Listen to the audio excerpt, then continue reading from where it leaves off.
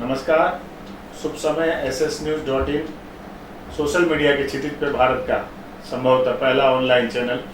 उसकी दिन प्रतिदिन की चौपाल में आपका हार्दिक स्वागत। आज 2 अक्टूबर राष्ट्रपिता महात्मा गांधी की जयंती एवं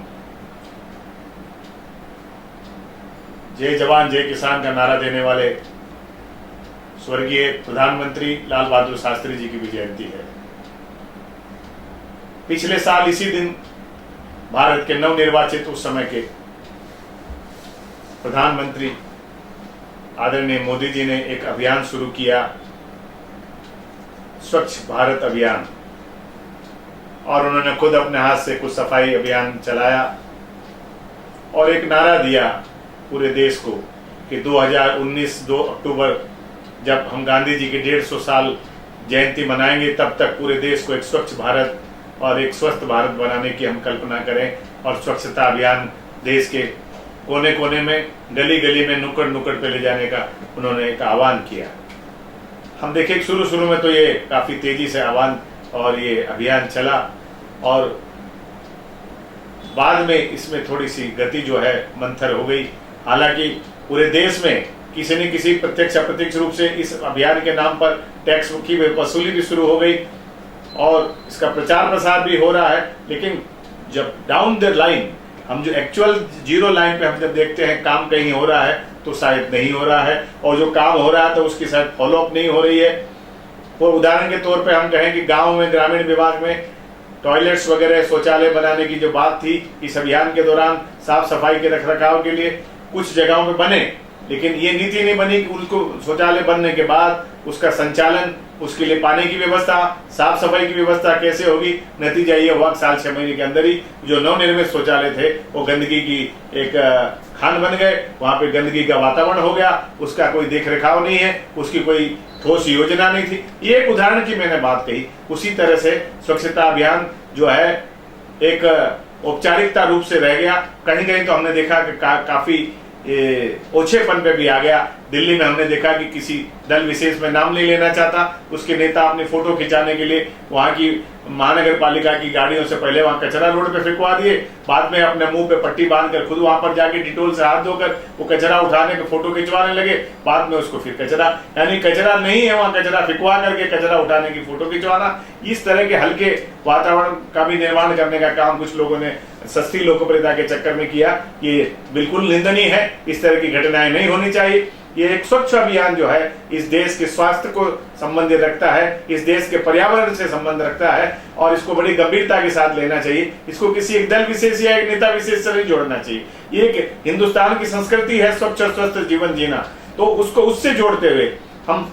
आज गांधी जयंती के इस मौके पर सभी देशवासियों से एक बार पुनः विनती करना चाहते हैं नम्रता के साथ कि अपने आसपास के जो पर्यावरण है, अपने आसपास का जो परिवेश है और उसको साफ सुथरा रखने की अपने स्तर पर कोशिश करें। किसी का इंतजार न करें कि सरकारी स्तर पे कोई अभियान चलता है या नहीं चलता, कोई नेता फोटो में आता है कि नहीं आता है। हमें अपना परिवेश, हमें अपने अगल बगल के स्थान को अपने स्तर पे जितने भी सहयोग और सहकार होता है उसको करके स्वच्छ रखना होगा। हम समझते हैं हिंदुस्तान की 125 करोड़ जनता के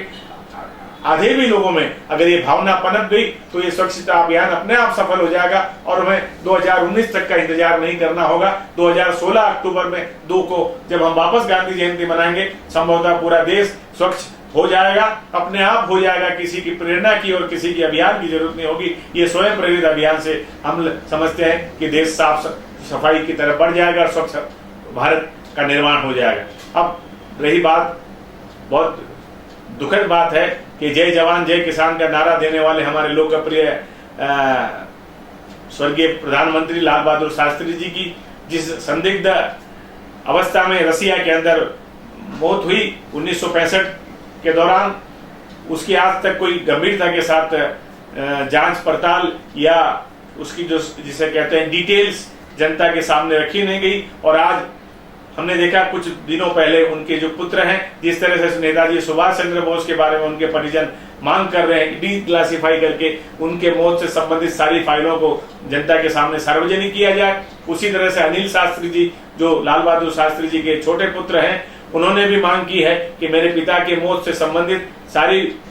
जितनी भी जानकारियां हैं गोपनीय या अन्य, उनको जनता के सामने रखी जाए और उसकी पूरी जानकारी देश के सामने आए कि किन परिस्थितियों में और किस हालात में और किस तरह से स्वर्गीय शास्त्री जी को मौत हुई या हत्या हुई या जो भी हुई, जो उनका जो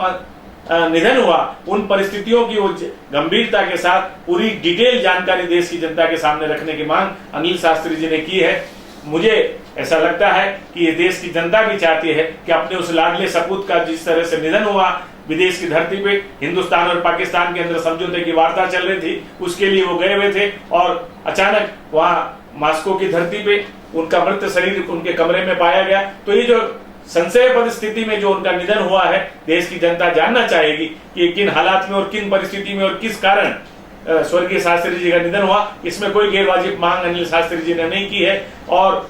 ये समय है कि जब देश की जनता के सामने सच्चाई रखी जाए। मुझे आशा और विश्वास है देश में बैठे हुए शासक और प्रशासन में बैठे हुए अधिकारीगण इसमें निश्चित रूप से उचित निर्णय लेंगे और अनिल शास्त्री जी के साथ मैं समझता हूं हिंदुस्तान का हर भाई बहन 125 करोड़ जनता अपनी आवाज मिलाना चाहती है और वो जानना चाहती है कि स्वर्गीय लाल बहादुर शास्त्री आखिर किन परिस्थितियों में और किस वजह से और किन हालात के चलते उनका निधन हुआ, उसकी जानकारी जनता के सामने रखने का काम प्रशासन और शासन यथाशीघ्र करेगी। जय हिंद।